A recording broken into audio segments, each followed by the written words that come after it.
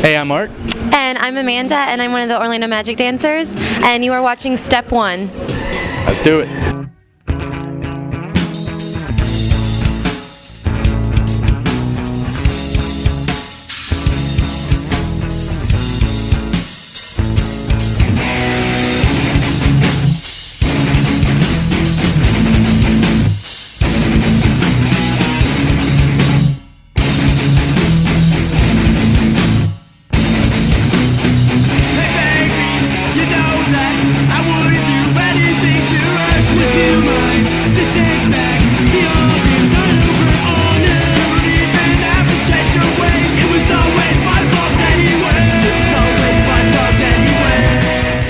Mark, and this is Noah. We're down here in Orlando, Florida at Otronicon.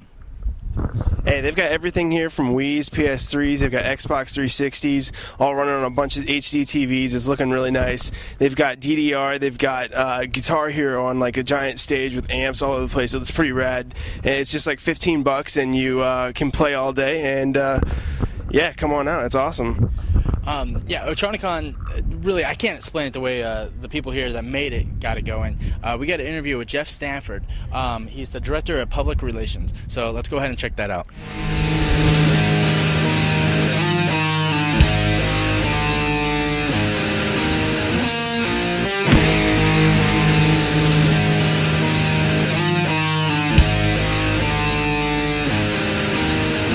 All right, I'm here with one of the main guys here at Otronicon. Can you tell us exactly how Otronicon really got started? Sure. Otronicon got started because Dr. Brian Tonner, who's the president of the Orlando Science Center, he wanted to find a way that he could show people that science impacts our daily lives, that science is fun, that science is cool. And so he's trying to find a way to be able to do that. And he's the father of 4 kids, and those 4 kids play video games. So he learned how to play video games to kind of bond with his kids, and he started to realize the popularity of video games, and he realized he could harness that to teach people about science. So he started to develop this concept of what became Otronicon and took that to many different partners and Full Sail Real-World Education, the Digital Media School, who has a very active video game design program. They saw the potential and they signed on as our presenting sponsor. And then we got people like Lockheed Martin and Orange County government, and the City of Orlando, and the Metro Orlando Economic Development Commission, and all these other different partners, even more multiple community and corporate partners to come together to develop an opportunity to show people what's happening in video games, simulation, and digital media right here in Orlando, and also to explore how this technology is transforming our lives, and it's changing the way we live, we work, we play, and we learn. All right, now I understand this is year 2, right? This is year 2, yes. All right, now where do you see Otronicon going in the next couple of years? I mean, even 5 years from now, maybe 10 years ago. Yeah. Do you see more developers of games showing up? What kind of things are you looking forward to? Well, you know, it is a very young event, so we need to nurture it and make sure that it continues to grow and expands. But as you can see, it's gone extremely popular. The response in an event, in a first-time event, and now a second-time event has been extremely strong. Our plan is to continue to grow the event and perhaps expand it to other locations, maybe even take it on to a national tour. Our plan is always for it to be a fun opportunity, but an educational opportunity. So we may see the competition end expand. We may see the workshop curriculum expand.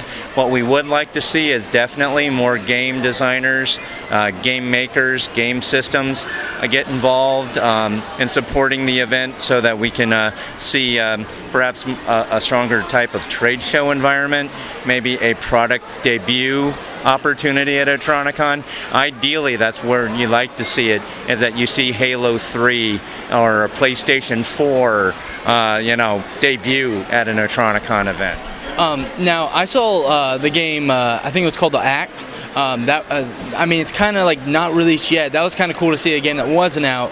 And I saw one small thing from Electronic Arts where it's just kind of like pictures of games to come out. Right. It's nice to know that they know of the event to put something here, but do you think they'll be making more of a bigger stand next year or anything like that? Well, you know, again, with a young event, you're constantly trying to establish yourself and build credibility.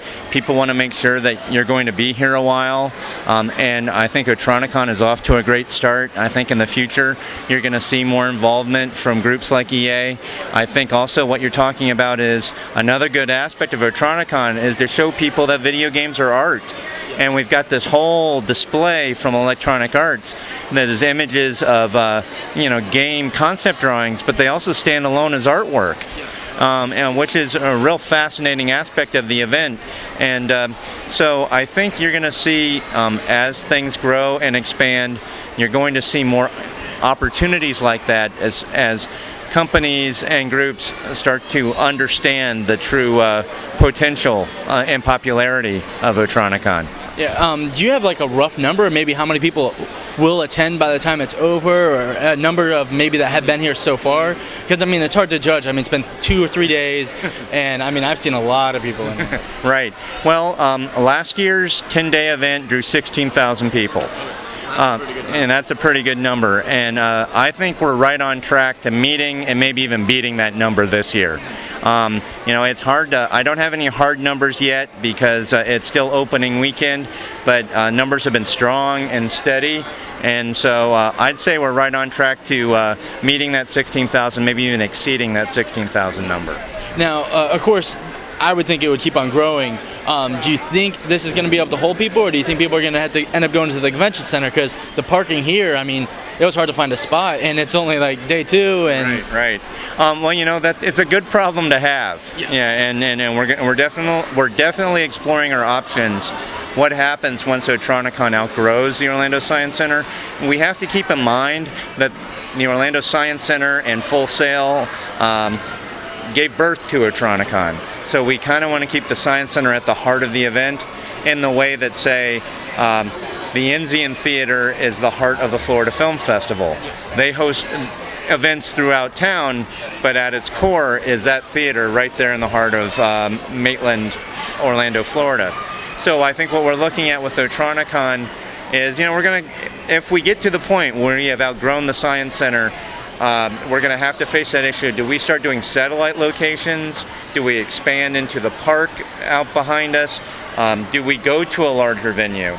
But I think it's important to all of us involved that the Science Centers stay at the core of Otronicon, that partners like Full Sail, Lockheed Martin, City of Orlando, Orange County government, that we all remember the purpose of the event is to explore the science and art behind video games, to explore what's happening in this exciting industry right here in Central Florida.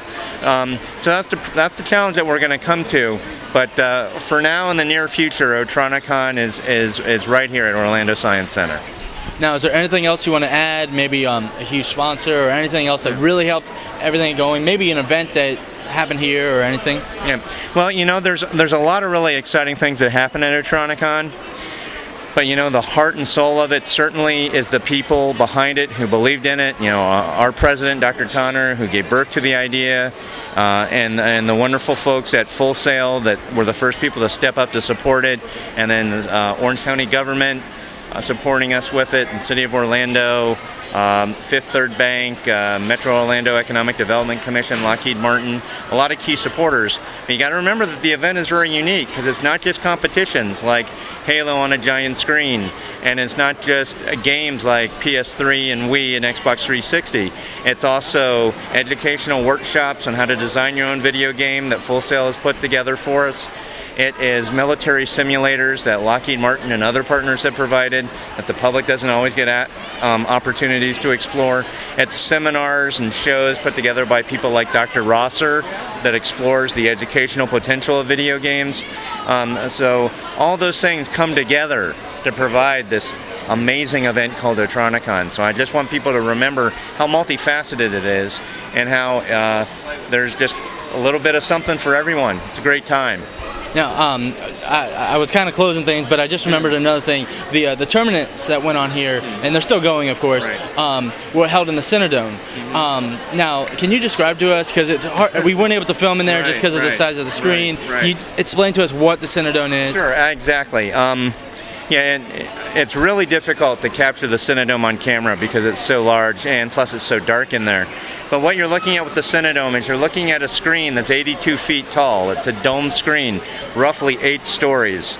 So it's a very immersive environment. So when you put a projector in there and you blast Halo 2 on that screen, you're getting an image that's about the size of a wall of a house. Yeah. So you're playing Halo 2 on a monitor the size of, the side of your house, and with the huge sound system involved, it's a completely immersive experience. The game towers over you. When a grenade goes off, it shakes the seat you're sitting in. So it's like you're right there inside the game, and it also provides an opportunity as a spectator. It feels like you're watching an interactive movie. It is totally surrounding you, in your face, shaking your seat. It's a game experience unlike any you've ever had the chance to see.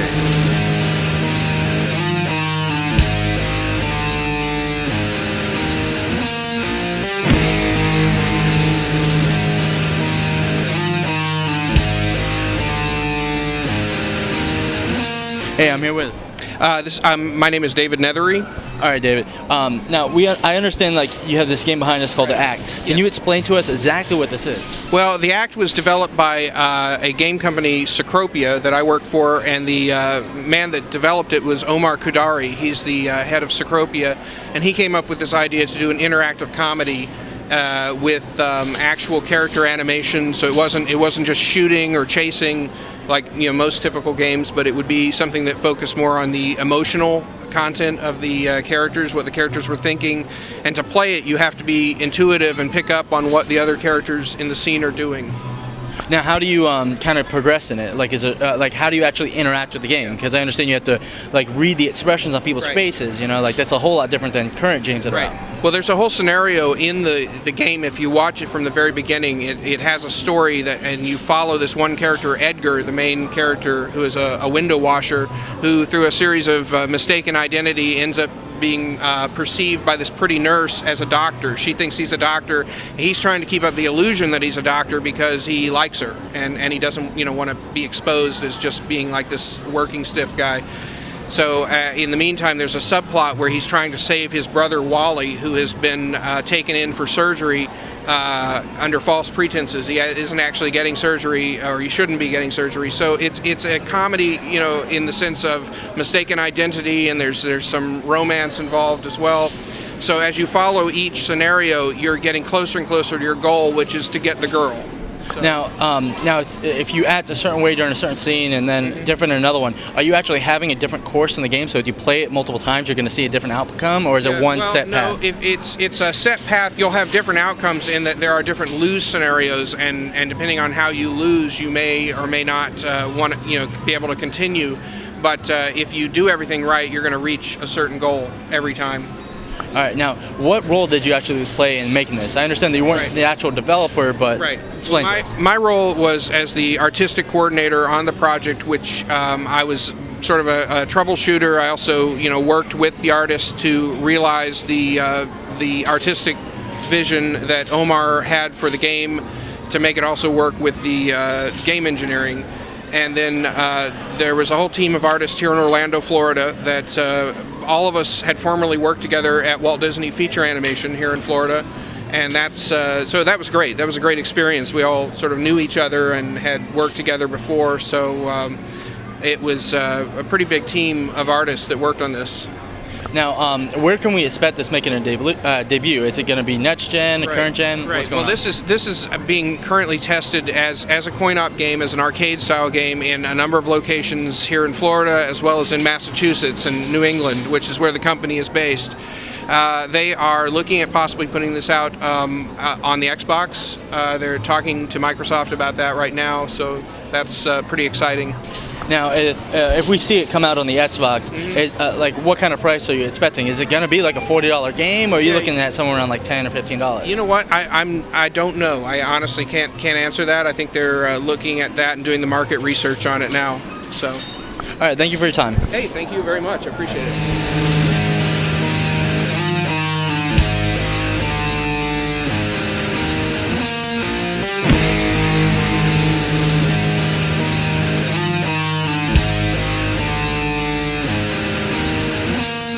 today we're going to review Red Steel for the Nintendo Wii.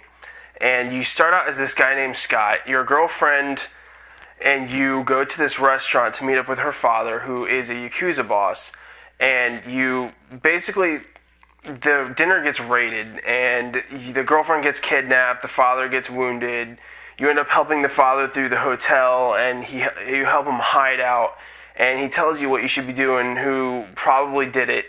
And you end up doing some things in LA, and then you head on over to Japan trying to save the girl and restore honor to the clan and that sort of thing. Now, since it's a Wii game, I'm sure that you are curious how the controls are. Basically, you aim at the TV with the remote, and it points at where you're shooting pretty much. You don't want to get too close, though, because the sensor bar is not going to pick it up. Like, if you get too close, the dot's going to kind of be higher than the remote is, just because of how the sensor bar is placed. Now, movement is controlled with the joystick, and the strafe left and right, move forward, back, that sort of thing. And you turn with pointing at the edge of the screen. There's like a box, like an invisible box of like aiming. And once you go out of the aiming area, it just kind of, it turns you like. Now, it can be kind of sluggish, and it's kind of annoying. It would have been nice if they could have shrunk it down somehow, or like instead have it be fixed like a mouse on a computer screen when you play an FPS on the computer. If instead it's like that, and then you push a button for like free roam to where you can aim anywhere you want then. It's a nice idea. Like, hope to see it in the future.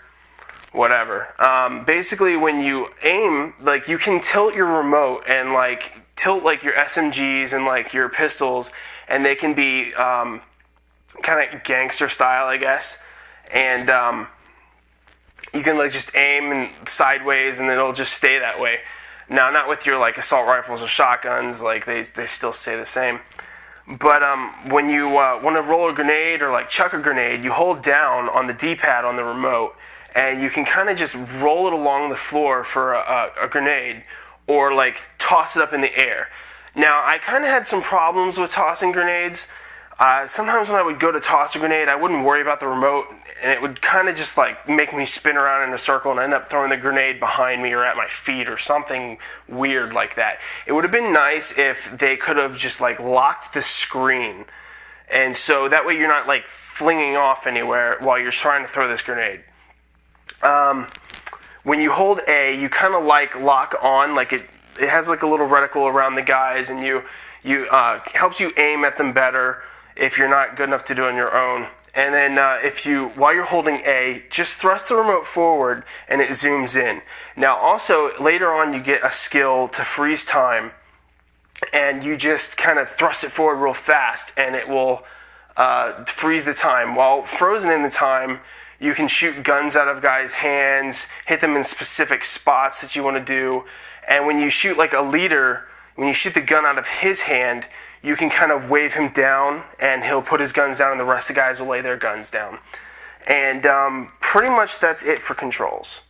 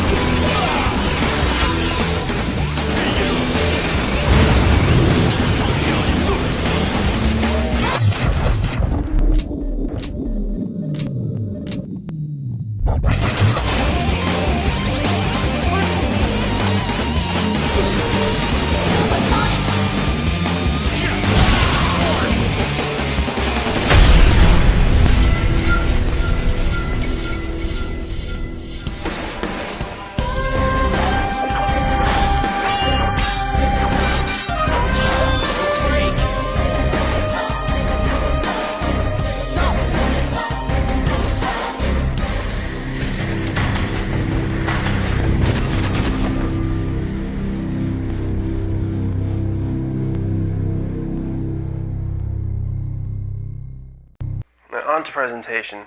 The story is pretty good. It's not epic or anything, but it gets the job done. It helps pace the game very well, helps you know where you're at, why you're there, what you're doing. And the menus are just awful. You have to drag and drop icons everywhere to get to levels and multiplayer and all that, and it's just ridiculous. It doesn't need to be like that at all. The level design is nice. The levels are pretty cool. They range from fish market to a movie studio. There are some glitches in some of the levels, nothing major, but still watch out for some. I actually had freezing in one level, but that was only because I stuck around in one area for a long time.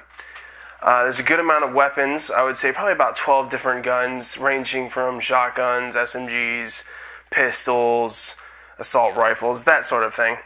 Good amount of sword moves that you can learn, stuff like where you slash down with both your short sword and your long sword down, and you actually can break the other guy's sword, so he'll end up giving up the fight. You can also cross chop like that with both of them. And the way sword fighting works is it's kind of like timed. Like you defend with the short sword, and like when they attack, like you move at the right time, or like when their guard's down, you slash at the right time in any like direction, like diagonal, left, right, all that kind of stuff.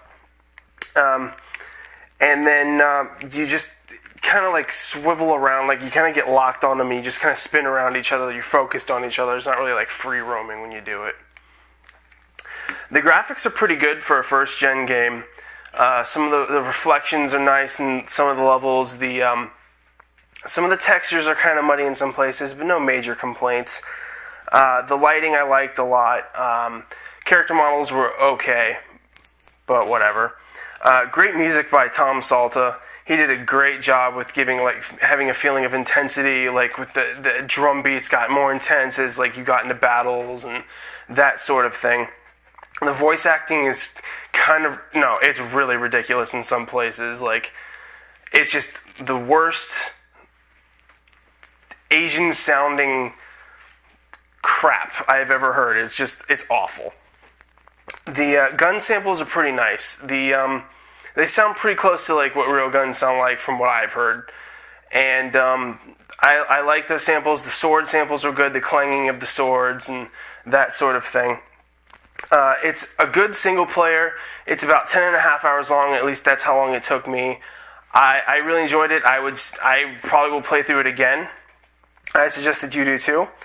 The multiplayer was on a little bit of the crappy side in my opinion. It had deathmatch, team deathmatch, and it had this mode called Killer where you actually use the speaker in the remote to tell you like a certain objective that you had to do, and you had to carry that out before you got killed. That was kind of cool. But there's no bots, there's no LAN, and there's 4 maps. That kind of sucks. It really sucks. Like it wasn't that great. It just seemed really slapped on.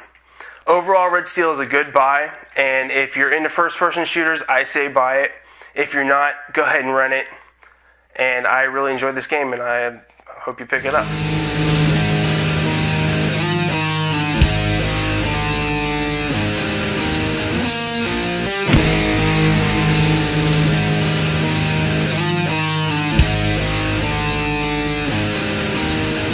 Okay, I'm here with Brett Buzz Dawson. All right, now tell me exactly what you did to kind of get Otronicon going. Well, I'm actually the one who's in charge in creating all the gaming environments, creating the atmosphere, designing all of the simulators that belong to the Science Center, like the one that I'm sitting in here that's running this game, the flight simulator that I have back over there, among a bunch of other things. Basically, I get paid to make really cool gaming setups. Nice. Now, can you give us like a brief description on what you did here and like how you got it all together? Well, basically, I just took a commercial off-the-shelf product, which in this case is the latest Logitech G25 racing wheel, and actually hacked it apart. And you can see up under here, took all the pedals instead of like a normal racing sim where you have your pedals on the floor. I actually inverted them, hung them from the top, so that way they're suspended like a normal car would be. I'm using APC racing seat I got from Jegs Racing. got gear shift and everything over here, built the chassis around it, and then ran all the wires, all the audio and video, and have all the audio coming through a concert hall speaker up top that can get so loud it will run you out of this building. All right, now, what game are you guys running for the simulator here at Otronicon? Well, for this particular one, this is more of an arcade version than an actual simulator. This thing's designed to function as a simulator, but right now we're running Trackmania Sunrise, which you can see the car there has the paint job that we use here. It's like our brand imaging paint job here at the Science Center. So I painted the car in the game to match our OSC brand imaging, as well as designed the track specifically for Otronicon to be able to handle novice drivers, advanced drivers, or expert drivers, and it would be a challenge to any of them. All right, right on. Was there anything else that you kind of took pride in that, that you made here that kind of, stands out, but you want to get kind of credit for? Oh, absolutely. The Cyber Triathlon is one of my pride and joys of this year's Otronicon, and the crown jewel has got to be the Guitar Hero 2 stage, which is something that I made. I like playing Guitar Hero. It's a lot of fun, but I always thought it'd be really cool to not just pretend to be a rock star in front of your television, but why not make a full concert stage? So I made a concert stage down there. We've got about 6,000 watts of audio with over 8 18-inch subwoofers, a bunch of mids, lots of tweeters, and we can get about 140 decibels in that room, loud enough to be heard in the street with all the doors closed in the building. That's pretty amazing, man. All right, now what was your name again? Buzz. All right, thanks, Buzz, for the interview. You betcha.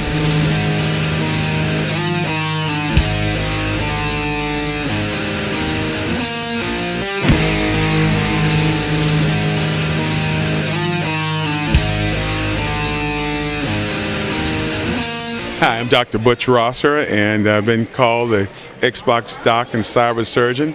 I'm here at Otronicon helping to celebrate, the glory of video games. That's BUTCHROSSER. Godzilla. All right. Now, what exactly do you do? I know you're here to kind of promote your thing, but what do you do as your main career? Well, I'm a surgeon, and that's my main career. I also deal with overall tech assimilation into different industries. Healthcare is one, but also in education, and also in general media. It's seeing how technology can be transferred for the greater good. Now, explain because that's one thing I've been hearing you say, the greater good and using gaming and stuff like that. Can you expand on that and tell us how you're using that kind of thing? Well, when you look at video games, it's a $40 billion industry worldwide. The average 13-year-old plays 15 hours a week if you're a boy, 10 hours a week if you're a girl, and the average gamer being now 33. That's a tremendous resource and a tremendous reach of a resource. And I think we need to harness that to overcome a lot of our challenges. For instance, advanced surgery techniques, teaching those to folks, and also in education, having a better way of keeping our kids engaged and transferring knowledge, and just overall trying to harness this tremendous resource of video games with things beyond entertainment, that actually make a difference. And I believe video games are really underappreciated as potential resources to help the greater good. Now, as far as the games that are currently out, are there any ones that that can be used for the greater good? Well, in my study that we published and got so much global notoriety, dealt with a study of 150 video games, trying to find those which could help surgeons become faster and more efficient. And there were only 3. Super Monkey Ball, Star Wars Racers Revenge, and I want to underscore there's a lot of Star Wars Racers games out there, so it's Revenge, and also Silent Scope, but not only the first shooter mode, but the practice mode. So those are the 3 that we established scientifically to be associated with helping surgeons become faster and commit fewer errors. Now, I understand you started off playing games when you were much younger. What was the one that kind of was your way into, the intro into gaming, Parents always they always snicker at my response. I started with Pong, and that's dating myself. It's back in 1972, but More importantly, I mean, even today, it's just amazing that, starting to play Pong and then this Pac-Man and Defender and Galaga, I had no idea it was going to help me become a world-class surgeon, but it does. And so I look at my video game heritage that is very extensive, and I feel fortunate that I was able to not only have it for enjoyment, but also it helps me in my work. Now, of course, you're working on a book right now. Can you give us kind of like a little preview on what that's really about? Yeah, I really felt, after I did this kind of this discovery, I felt that there were a lot of parents like me out there that were concerned about the impact of video games on their children. I know there were a lot of doctors concerned about how are we going to train this new generation of surgeons and doctors to be able to step in and work at a higher level than we did. And so therefore, I came up with this book and putting all my thoughts together, experiences and resources, and it's called Playing to Win. A cyber surgeon, scientist, and parent explores the upside of video game. Because I wanted parents and educators and politicians to have a credible book to go to understand this world of video games and how it can be used from good, and also for them to have a resource to go to. Now, that's whole like the upside of gaming, stuff like that. Now, the downside of gaming, are there any things that like you'll look at and just be like, that does not help America or just the kids in general when they're playing that game? Like, is there any bad games that really stand out to you? Well, yeah, they're bad games, but we must remember that all games are not created equal. See, I don't want games and gamers to be stereotypes. So, we could say that, oh, this game is bad and this sort of thing, or we feel it's bad. But I want parents and people out there to hold on to what I had to hold on to. I found that any game can be manipulated for the greater good if you look at 4 factors. The amount of gameplay.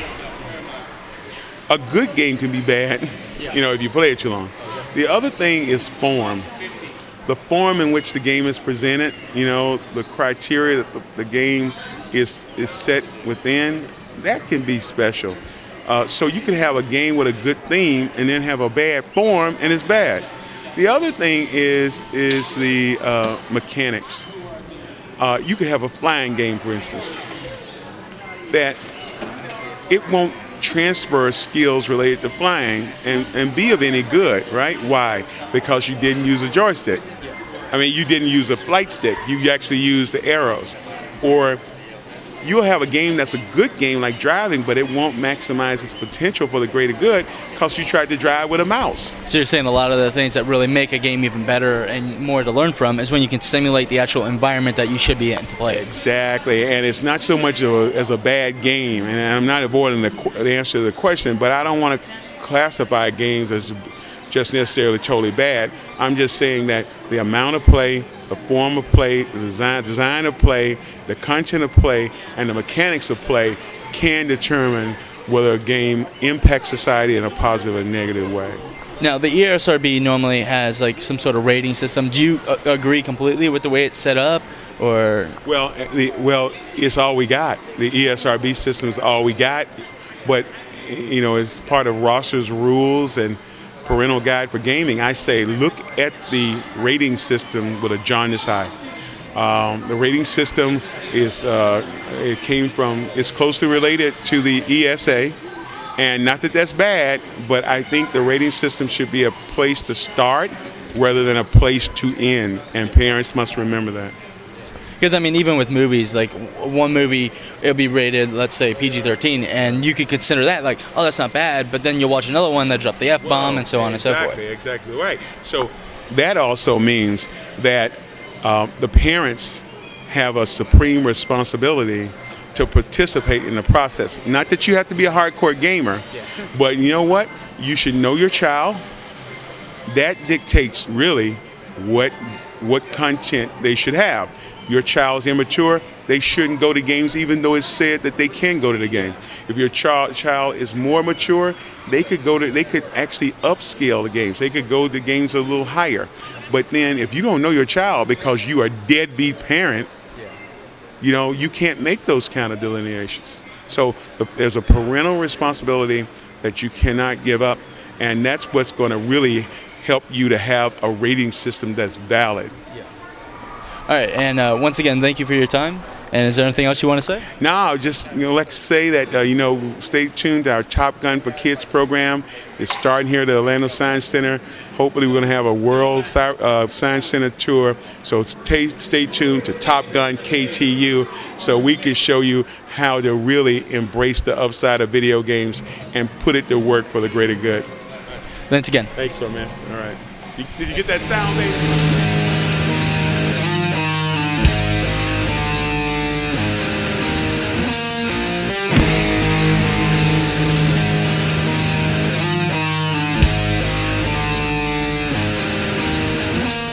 All right, that pretty much wraps it up for the episode. We're just going to give you a brief overview of things that we weren't able to show.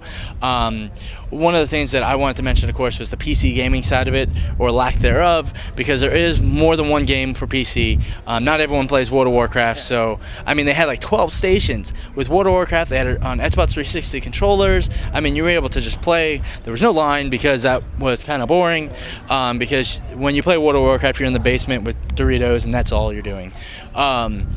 So PC gaming, there was one other spot where they had some gaming for PC, and it was Dave's School, and they were showing Unreal Tournament. They had a mod on it, but that's really just about it for PC gaming.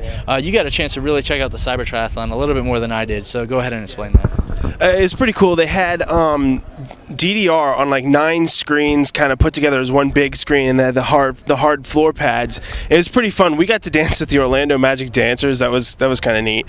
And they also had 4 setups of Gran Turismo 4 in like modded like seats with the steering wheel and the gear shift and everything. And then they also had a big stage for Guitar Hero 2 actually, and it was really cool to get up there and like try it out and like feel like you were really a rock star.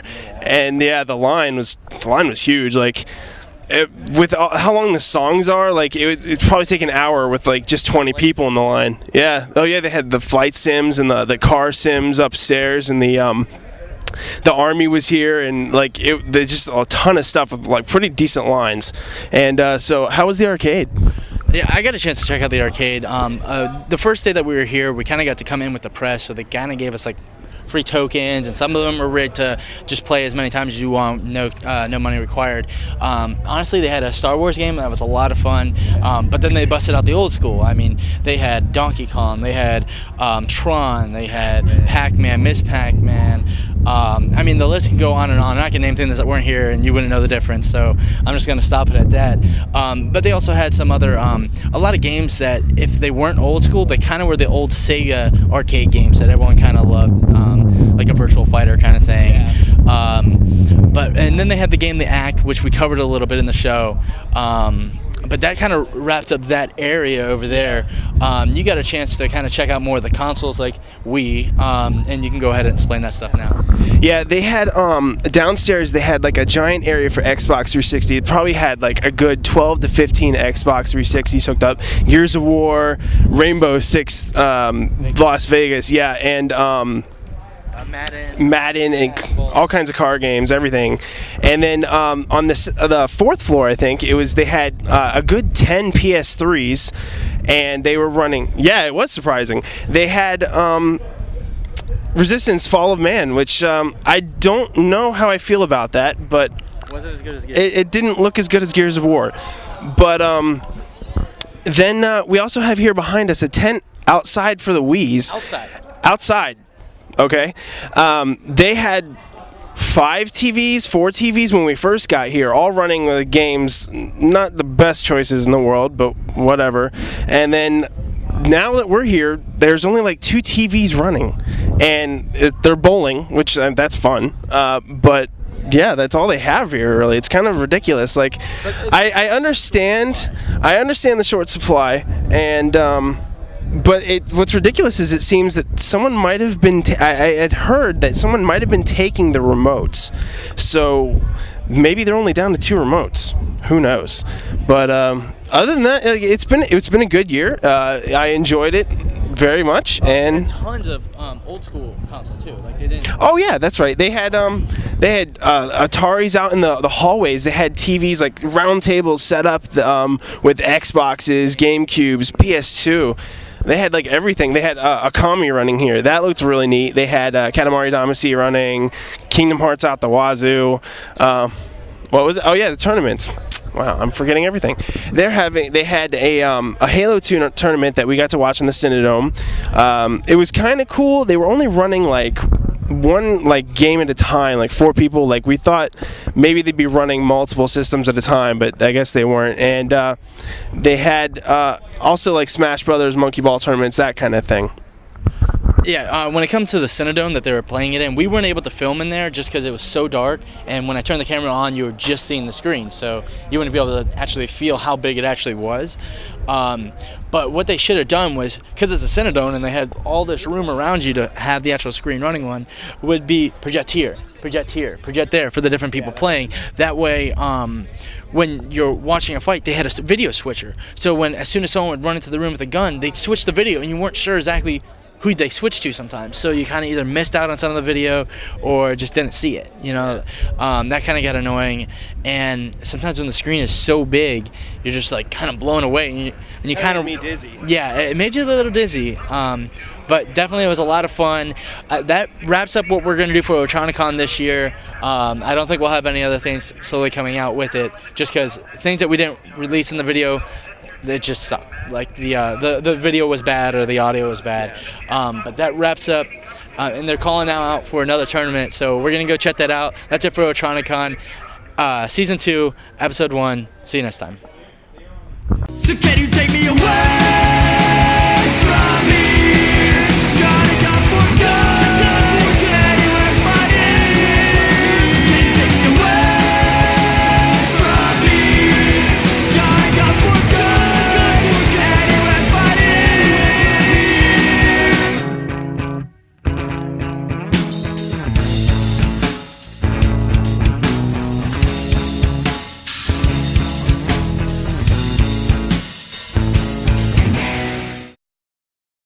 Cookies! Here you go, Jen.